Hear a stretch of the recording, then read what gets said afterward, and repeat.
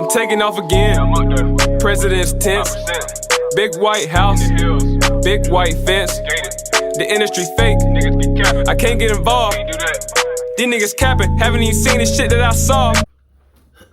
Can we take a moment, stop what you're doing, and just appreciate the female human species, right? And the reason I say, because the human species, specifically the females, are amazing, beautiful creatures, right? And this is why I say that. And I said this to my friend. I was like, you all are just amazing. And the reason I say that was because they are able to create life, well, with a little help from, us.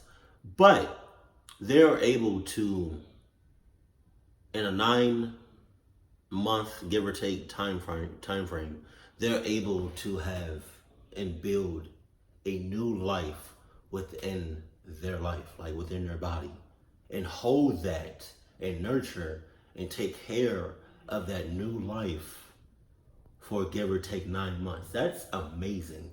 There's a whole person being created, formed inside of you. Like, if you think about that, that's amazing. Beautiful thing. Jesus. And it breaks my heart when, right, females or just people in general, when they, agree or like the fact or the idea of abortion. It breaks my heart. Because God doesn't put you in a situation where he doesn't think you can handle it. So if you have a baby, whether it was on purpose or an accident, God doesn't make mistakes, you feel me? So the fact that you have a baby, I'm pretty sure if you put in the work, you can take care of that baby or 2 or 3 or however many you got. God never puts you in that situation where he thinks you can't handle it. Because trust and believe me, there's been situations, plenty of situations, where I didn't think I wasn't going to make it. Mentally, physically, spiritually. But for some reason, I always kept the faith. I always stayed positive. And do you know what else? Don't worry. I know I'm talking a lot, but you know what else? Like, have you ever noticed if you're like yourself or somebody you know is a positive person and always keeps the faith no matter how bad the situation is? Right? Or no matter how good the situation is, you always keep a good, positive attitude, and you always keep the faith. And when you do that, do you realize that things just happen in your life to you, right? That you can't really explain, or you can explain why that has happened. Like, it just seems to happen in your way. You feel me? But for the people that, for the most part have a negative attitude and always gives up and almost never keeps the faith, like they'll keep the faith, but then if it gets worse, then they'll lose the faith instead of just keeping that faith. To those people, it's like they're what happens around them, and to them it just seems like it gets worse and worse and worse. And that's because of the negative attitude that you have. So if you keep a positive attitude and you keep your faith and you keep looking forward, trust and believe me, please believe me, that you will go far in this place. You will go far in this world. Because if I kept those dark times that I was in, if I was still in that mindset, I would not be here right now. Can I get an amen? I'm telling you, y'all, and some of y'all know this from experience. If you keep the faith, if you keep positive, and keep looking forward to a brighter day, you're going to get that and some. Because God is going to bless you with things and people in your life that you can't even possibly imagine. All right, that's my word. That's my, low praise. You feel me? But yeah, the female body is a gorgeous, amazing. It's just amazing in itself.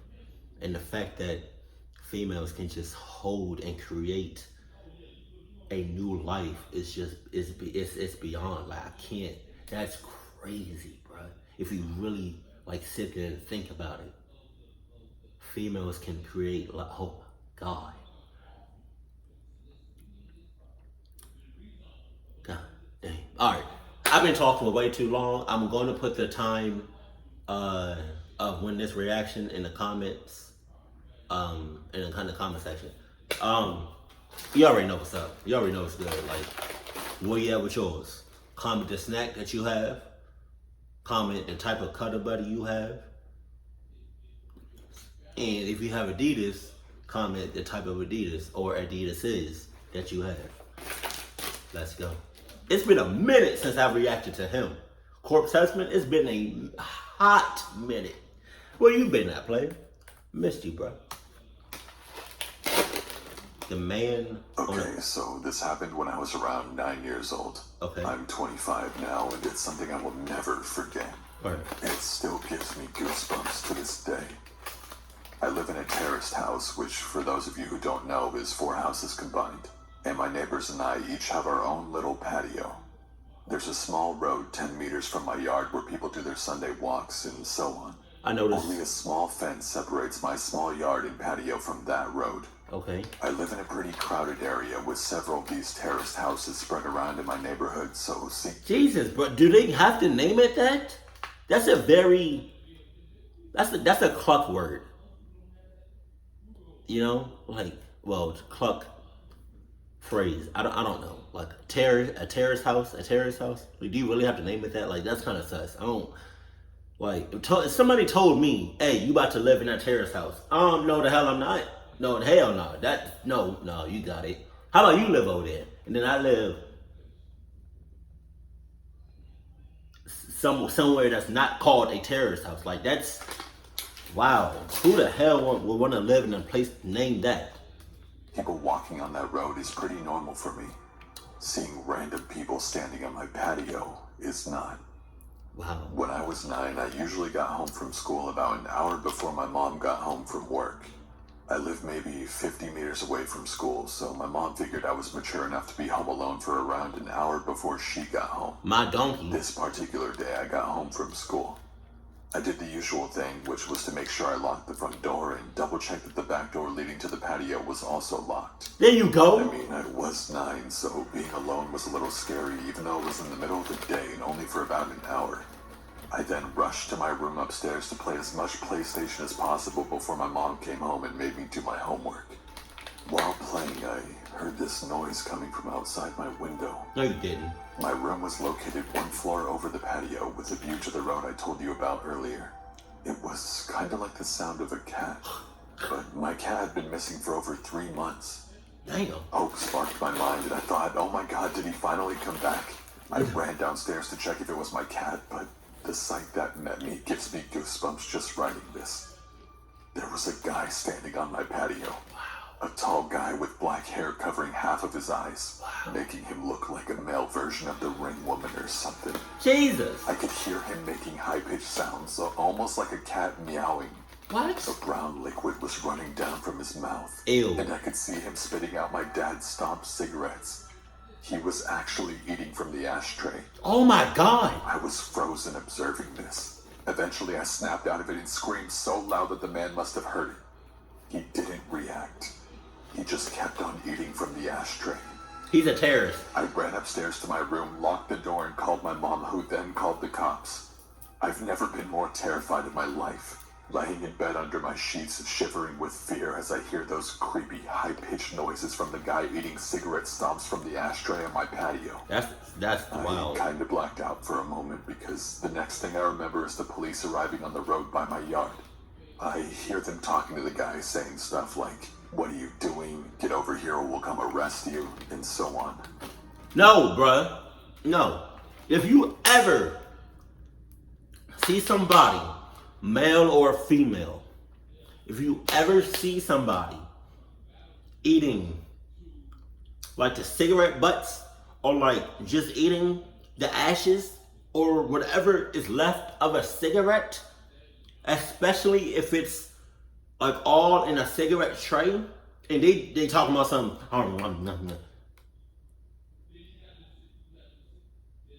you run like hell.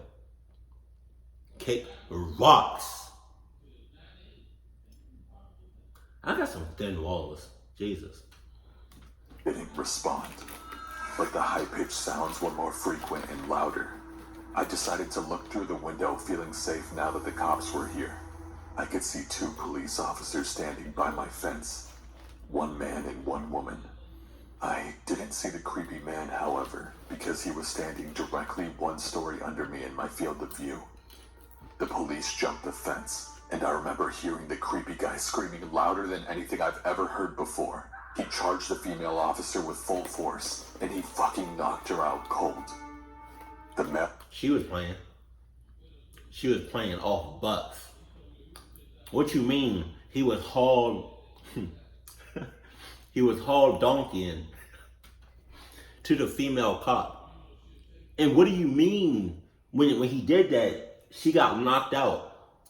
If I'm a cop and I see somebody haul donkeying to me, that is so funny.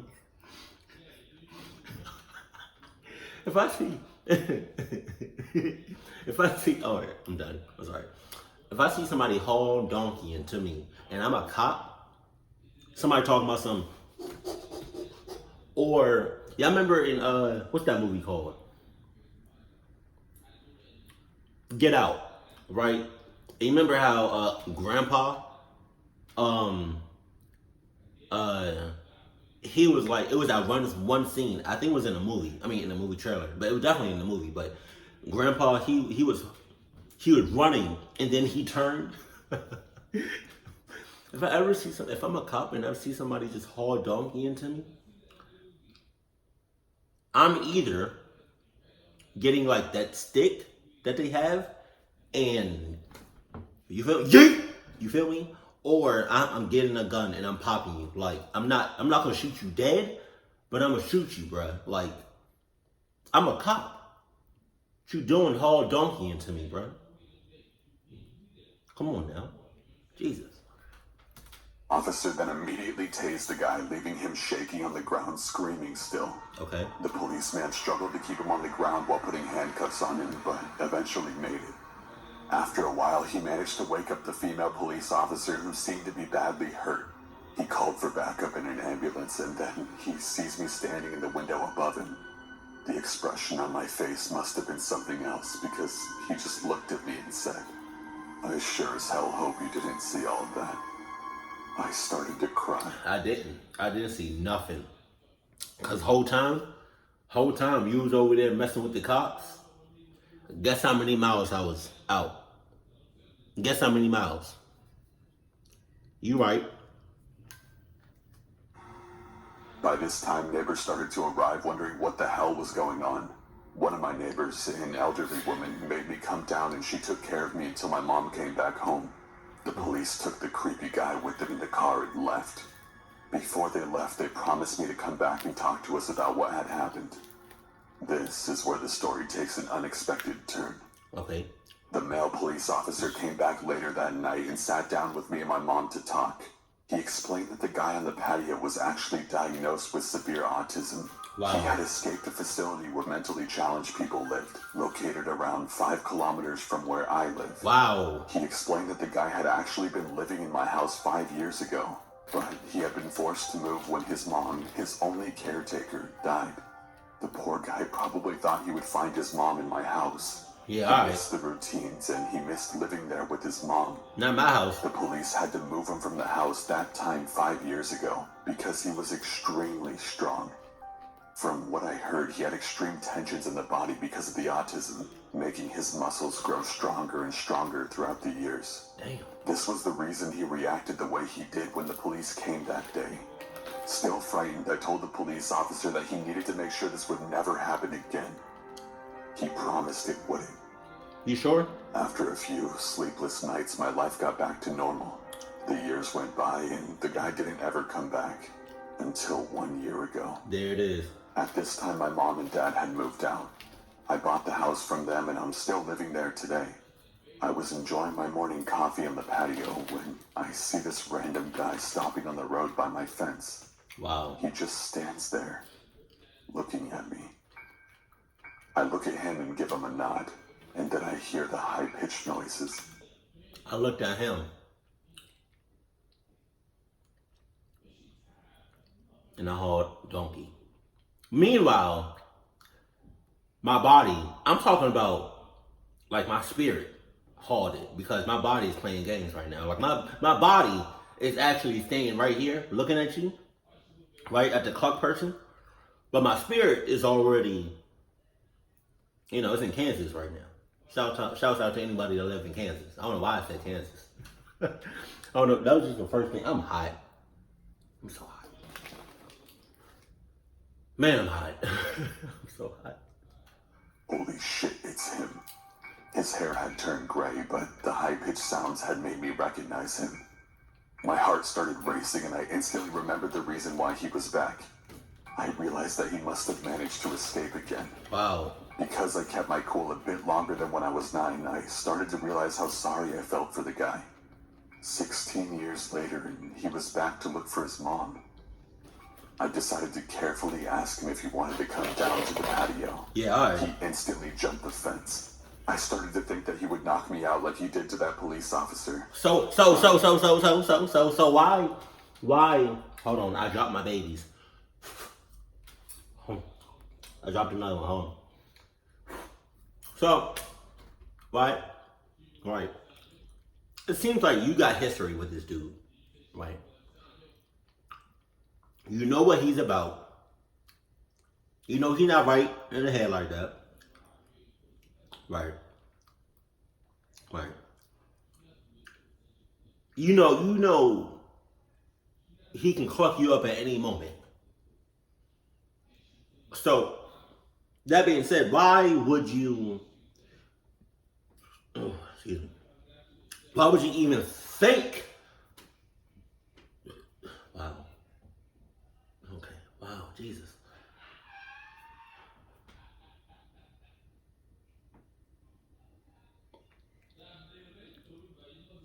I wonder if y'all can hear that, all that. Jesus. But yeah, so you know everything about this dude. You know he can cluck you up at any moment.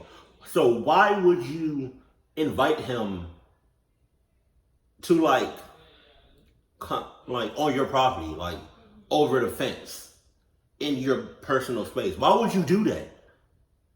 Why would you do that, bruh? Why? What? He didn't. He smiled. Yeah, all right. He looked at me and smiled. Sus?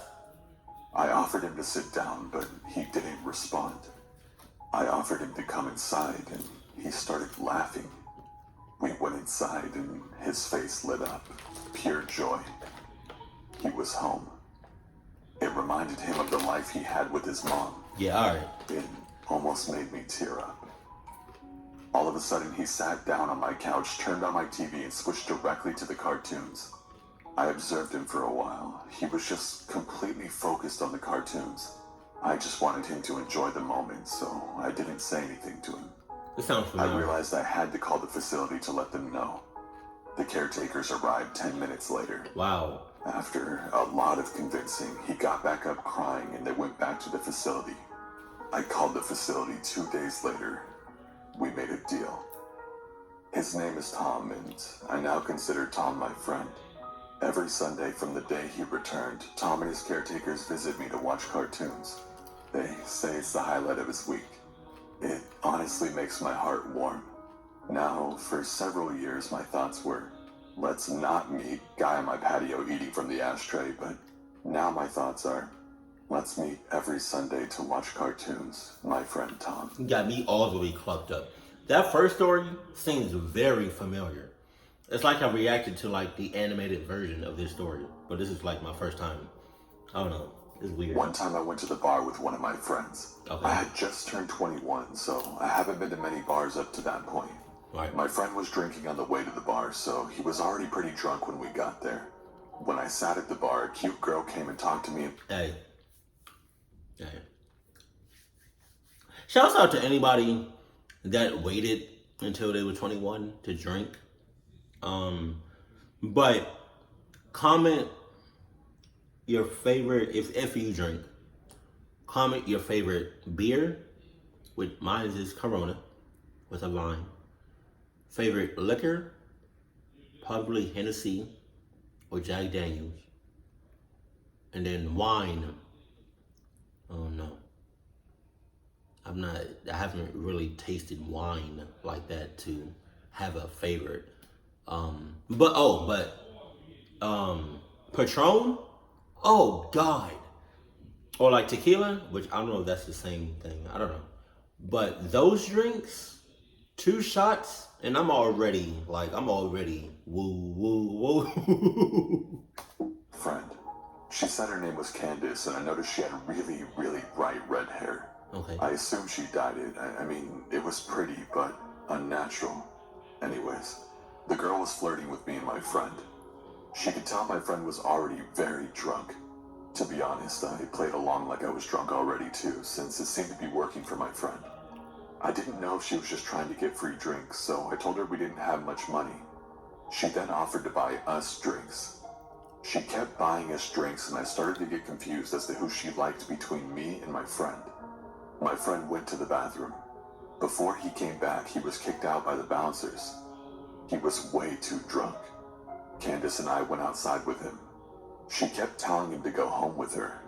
He was so out of it, he could barely answer her. Wow. I told her he was too drunk and that I couldn't let him go anywhere. Wow. I didn't want him to wake up hungover in some random house with no car and no idea what happened. Candace kept pushing it, saying that she would take good care of him, but I told her no because I had to stay with him. All right, Candace. I was more sober than him, and he was my responsibility. Calm down, I Candace. told her the only way he was going anywhere was if I tagged along. What I'm saying. I assumed she thought I was jealous or cock blocking, but my friend could barely stand and lost interest in Candace already at that point. She immediately started flirting with me and offered to get my friend a taxi to drive home. So, all right. So, first of all, sus, right?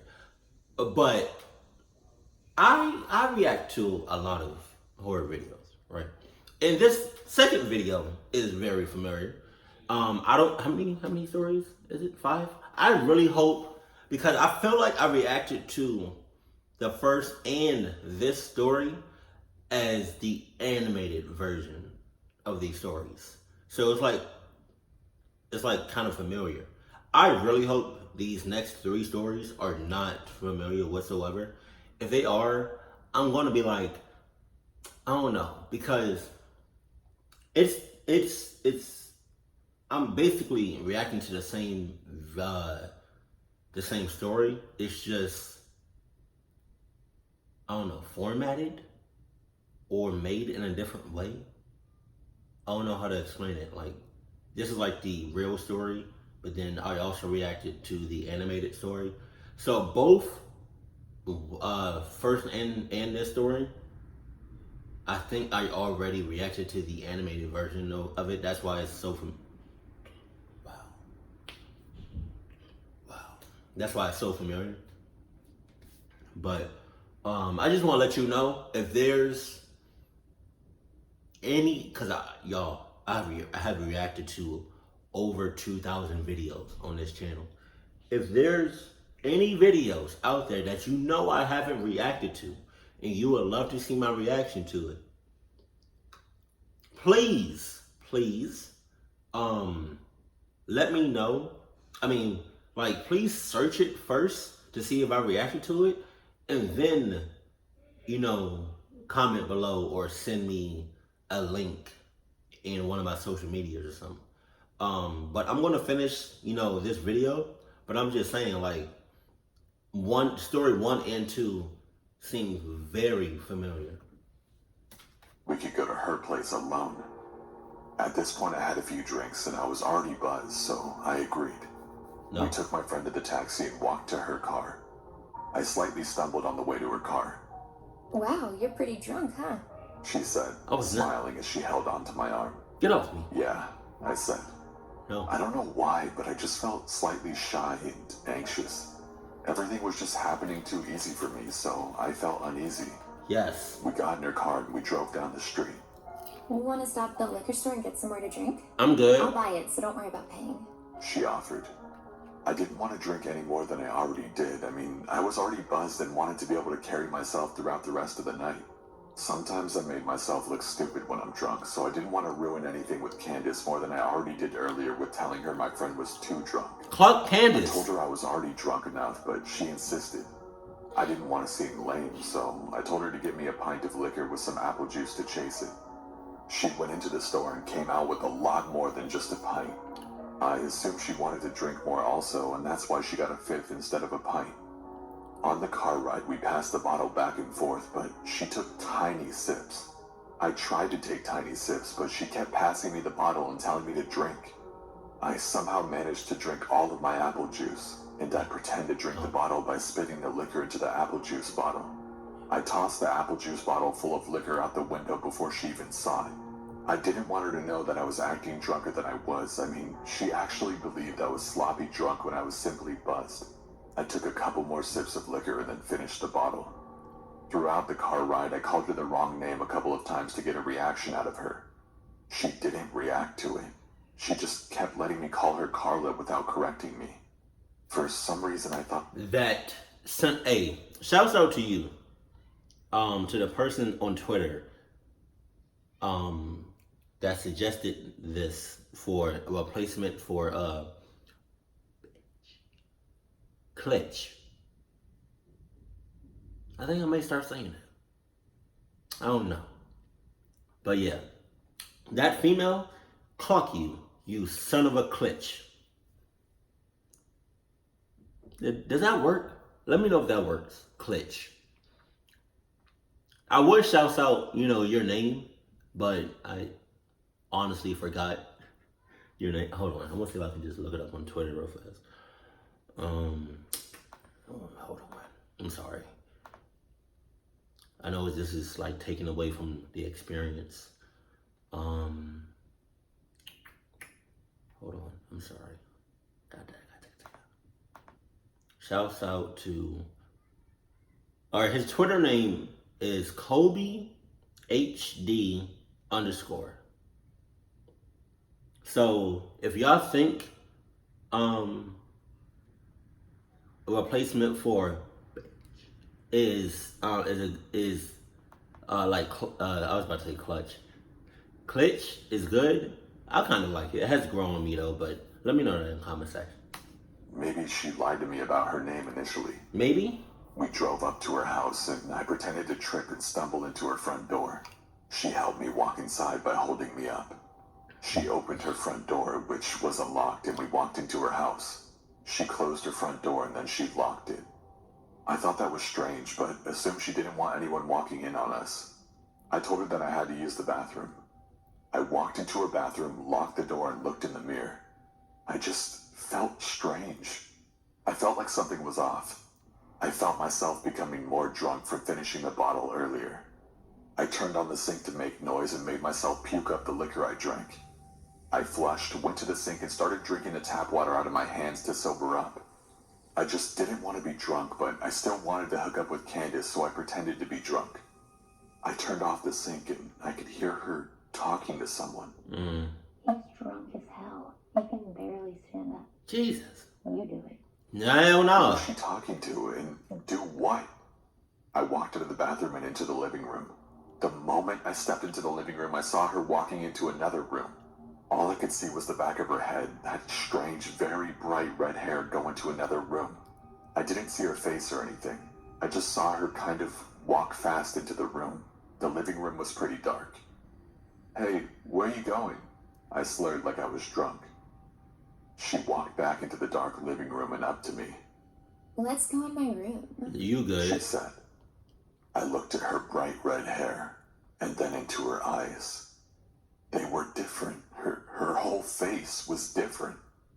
It was another girl with the same hair. That's Sus? when I realized it was another girl with the same wig on. Wow. It was a wig the whole time. She changed it with the girl from earlier for whatever reason. My heart felt like it stopped, but I tried to look like I had no idea it was a different girl. I kind of smiled at her and told her I needed to use the bathroom one more time and told her sorry I was so drunk. She said, It's fine. Just hurry up in there. I went into the bathroom and locked the door. I heard her whisper something to someone again. This time I think I heard a male voice whisper back. I honestly didn't concentrate on listening to exactly what she said, but something sketchy was going on, and I had to get out of that house. I opened the bathroom window and jumped straight out of it, and ran faster than I ever have in my entire life. I didn't look behind myself or anything. I just ran straight through the backyard, jumped the fence, ran through someone else's backyard, hit a road, and ran towards the main road. I kept running down the main road until I saw a Star CVS. I ran into the CVS and stood straight at the front of the store in front of the camera. I called the taxi and went home. I tried to think of what happened that night. What was she or they planning that night? Why did she tell me a fake name? Why was she trying to get my friend and I so drunk? I thought maybe a robbery, but she kept spending money on us. She kept buying us drinks and even paid for my friend's taxi cab. And mostly, why did she wear a wig that she gave to another girl to wear? Who was she talking to? What did it mean? And what was in that room they tried to lure me into? The next day after this incident, I went back to the house with a couple of friends to see just what was going on. What? Nobody was there. Jesus. No cars, no people, nothing. Shut. Just an empty house. With red flags. I ended up finding out that the house was a summer rental. And whoever those people were, they broke into that house and used it for only that night and never came back. Anyways, that's my story. They just wanted some dick. Wow. I'm sorry.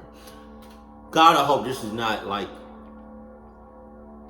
familiar. So last night I was at a classmate's house working on a group project we have due tomorrow.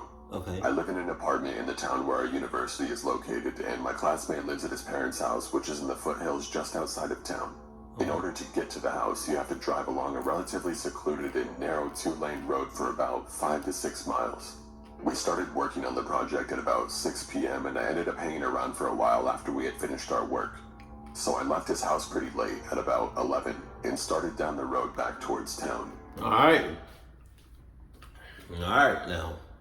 It seems like story number 3 doesn't seem familiar whatsoever. Alright, at least not to me. Alright, now. Cause I would have been mad as hell if story number 3 was familiar. Yeah. But, alright now, we good. Let's keep it like that for the rest of the video. Jesus. I didn't realize how tough it would be to navigate the roads at night. There were no streetlights and the road was unkempt and riddled with potholes. And on Sus! top of this, I had no cell service, so I had to drive very slowly to make sure I didn't blow out one of my tires, since I had used my spare one a couple of weeks back. I figured I was about 3 miles from the house when I rounded a tight corner and saw a pickup truck with a camper shell parked diagonally across the road. Wow. The manner in which it was parked completely impeded my path, and I couldn't drive around it because there was a gully on both sides of the road. The only way for me to go at this point was backward, where there was a pull-off I could use to turn my car around. At first I couldn't see inside the cab, but when I turned on my high beams, I saw that there was a man slouched over in the driver's seat. What? His head resting against the steering wheel as if he had been knocked out after a bad accident. Right. I immediately sensed that something was wrong. The way his car had just coincidentally come to rest in a position that totally blocked the road was a big red flag for me. Oh yeah? I had heard stories of people playing dead in the road as a way to lure unsuspecting people out of their cars so that they could rob them. I decided fuck this shit and elected to go back to my classmate's house and explain what was going on. I threw the car into reverse and kept darting my eyes back and forth between my rear view and the truck. I looked and saw that I was almost to the pull-off where I could turn around. When I looked back, my heart skipped about 5 beats. The man who had been slouched over in the driver's seat was now walking at my car in a hurried pace, while a few other men jumped out of the camper shell and started moving towards me as well. I panicked and accelerated backwards into the pull-off, which messed up the undercarriage of my car pretty bad. As I put it into drive, the guy was already at my passenger side door tugging on the handle, which thank the Lord was locked.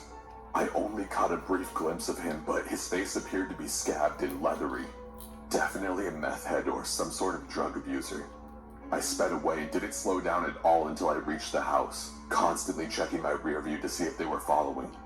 Thankfully, they didn't tail me, and when I reached the house, I explained what had happened to my classmate and we called the cops. I was so grateful that my buddy's parents were kind enough to let me stay the night. They didn't find any...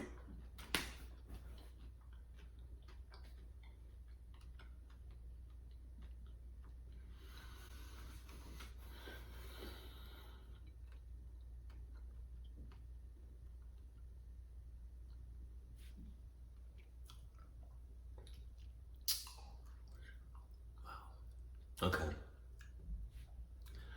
No. No. Hell no. Nope. See, you too nice. After what I'm gonna put myself in your shoes. After what I've been through, right?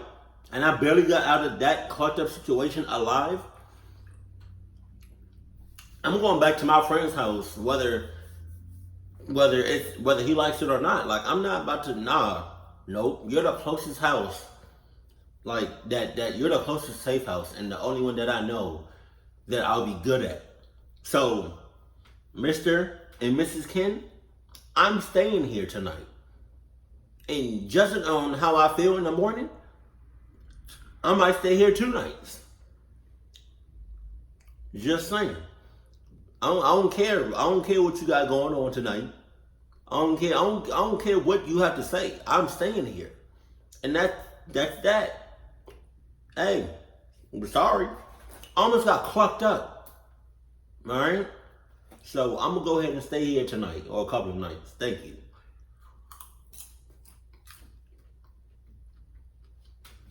On the road matching the description, but I filed an incident report and they told me that they would be on the lookout for similar vehicles and suspicious activity. But holy shit, I'm still so shook up over it. I keep getting the same adrenaline rush I got when I saw the guy charging me whenever I think about it. I almost had to shoot someone on my first... Wow, you're clucking up already. I was 21, recently became a police officer, and was also recently dumped, so my friend suggested Tinder. As a 21-year-old and new cop, I had the I'm invincible and I can take on anyone mentality. I matched with a very good-looking, out-of-my-league female. We chatted and eventually set up a date to meet. She said she had a great open field to look at stars and hang out, and that we could meet up at her house. Yeah, alright. So the night came. I was excited, and she seemed to be excited when I picked her up. She guided me to the field, and it looked nice. Open space, woods, deer, and other wildlife. In the field, I noticed really dim headlights in the distance. Then the van started driving towards us and pulled up right in front of us, almost close enough to block me from going forward. I told her to stay in the car and I'll go say hi.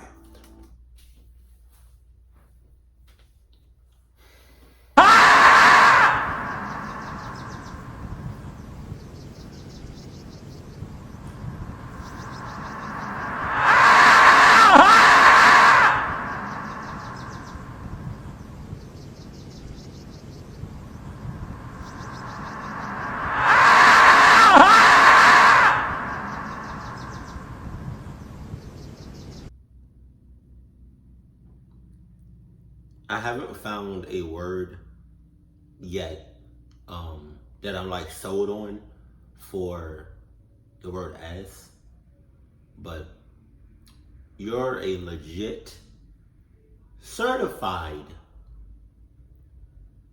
guaranteed until proven otherwise, dumbass. First of all, you're in God knows what, right? And then it's dark. Then you're with somebody that you barely know, right? So you just gonna cut off like that. You just gonna cut off like that. Cut off again. I dare you. No, I don't. Please don't cut off. But and then a pair of car headlights head towards you. This close. And then you say, hold on, I'm gonna say hi or like hello.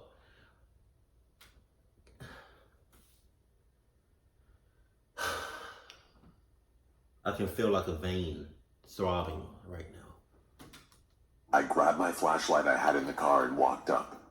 In the front driver's side of the van, there was a decently sized man. Wow. I asked him what was going on and if he could back up his car a little bit. What? He was very polite, said he was the owner of the property, and said he didn't mean to scare us. Yeah. He told me he's been having trouble with poachers on his property and just wanted to make sure we weren't going to be shooting at anything. Poachers? I assured him we only came out to look at some stars and wildlife. The hell? He was perfectly okay with that, told me to have a nice day, and drove away. Yeah, alright. After that, the girl was texting non-stop. Around an hour later, I saw headlights coming towards us again, this time at a really fast pace. Wow. We hopped in the car and I moved it to a more defensive position. The same man came close enough to almost hit my car. She hopped out of the car at that point and ran towards the guy. I immediately knew I was fucked. I got out and gave them commands to back up and get on the ground. Neither of them complied, obviously. He then proceeded to charge me and knock me on the ground. Luckily, I was able to get him on his back and get up. I saw my date grab a metal pipe from the van. She told me they had a gun and to give them my money and the truck and that I won't get hurt. How does she know that? Of course, with my I'm invincible mentality, I said no. How does she know that? She started to cry and was saying they didn't want to hurt me. He then started to go back towards the car. At that point, I told them I was a cop, drew my concealed firearm, and told them to lay on the ground. After a moment of shock from all of us, they complied. I was able to call 911, tell them my name and badge number, that I had two at gunpoint and needed backup immediately. I gave our dispatcher the best directions I could to this field. While I was on the phone, they both fled. Again, stupid new cop, young guy mentality. I chased them. I took off after the man who ran into the woods around the field.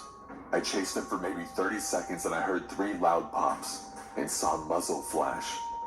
My I'm invincible mentality went right out the window. Saw that I coming. ran like hell back towards my car and peeled the hell out of there.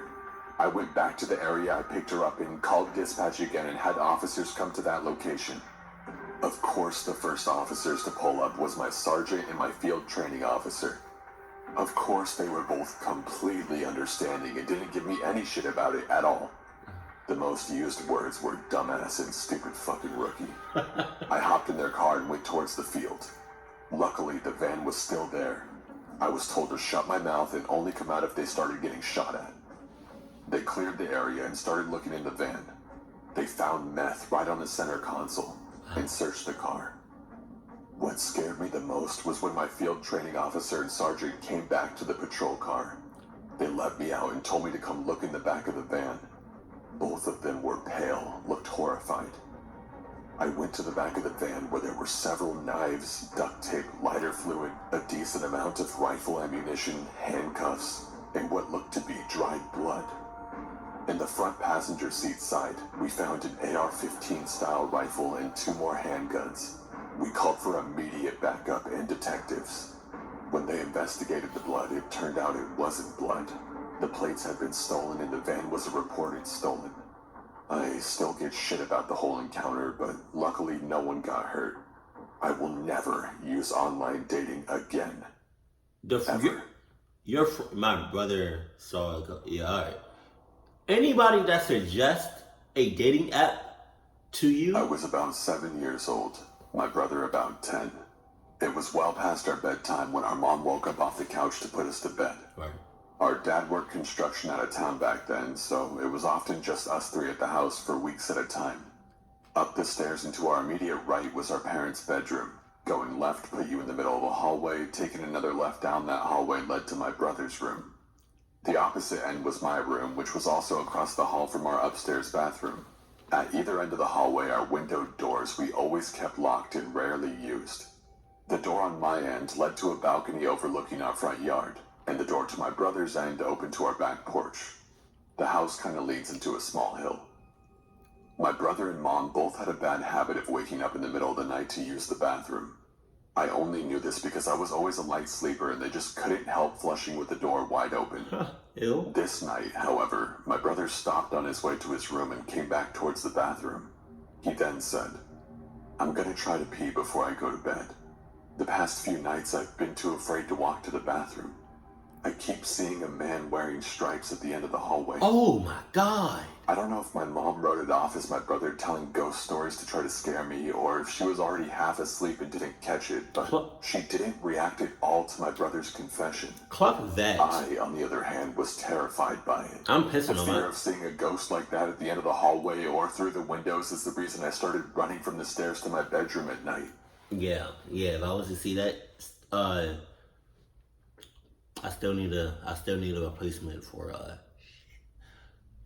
But if I was to see that down the hallway on my way to the bathroom, I'm not making it to the bathroom. I'm either peeing in my bed or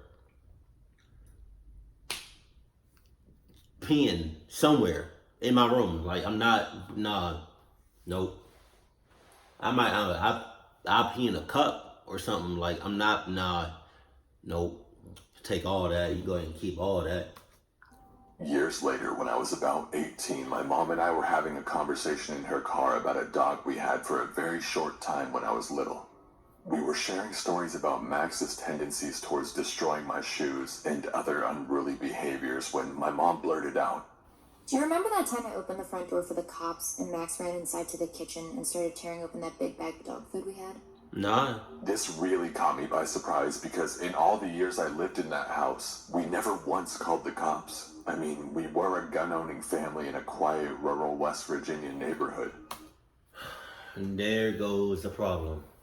There goes the source of the clucking problem. They are a gun owner family. So instead of owning Adidas, right, which is the best shoe game to get you out of any clucked up situation, you decide to own some guns. Okay. I asked her what she was talking about, and she looked equally surprised, as if she had just revealed something by accident. "Oh, that's right. I never told you because you were too young at the time. Yeah, alright. One night, I woke up hearing noises outside my window, and when I looked, I saw a man staring into my bedroom." She went on to describe how turning on the lights caused him to take off running, and how she grabbed my dad's pistol before calling the cops. I can't remember all the details I gave them when they showed up. Tall white male, wearing a striped shirt and jeans, short dark hair, something like that. They said it matched the description of a man they were looking for in the area, and it turns out he had escaped from jail on a murder charge. Now, I know it sounds obvious hearing those two stories back to back, but it wasn't until a few years ago in my mid-20s that I pieced together that my brother had unknowingly warned us about a murderer who spent multiple nights casing our home. And nobody thought there was something wrong with that. Nobody. So you telling me not only is your family a gun-owning family, but they are also they're a cluck. You're a cluck family. The guys literally spent a long time, scoping on your property and y'all didn't think nothing of it. That's ridiculous. Except like your brother, but even then, he was on some BS too. Everybody in your house was on some BS. That's ridiculous, bro. Ridiculous. But I'm gonna keep my commentary short because I feel like my camera's gonna cut off again. But yeah, what I was gonna say about like the Tinder thing, man, if you got friends, right, that offer dating apps or suggest dating apps that you should use, cluck your friends. Cluck whoever said that to you or suggested that to you, because they are a bad influence in your life and you need to get rid of them ASAP. Jesus. Let me know in the comment section if you ever used a dating app and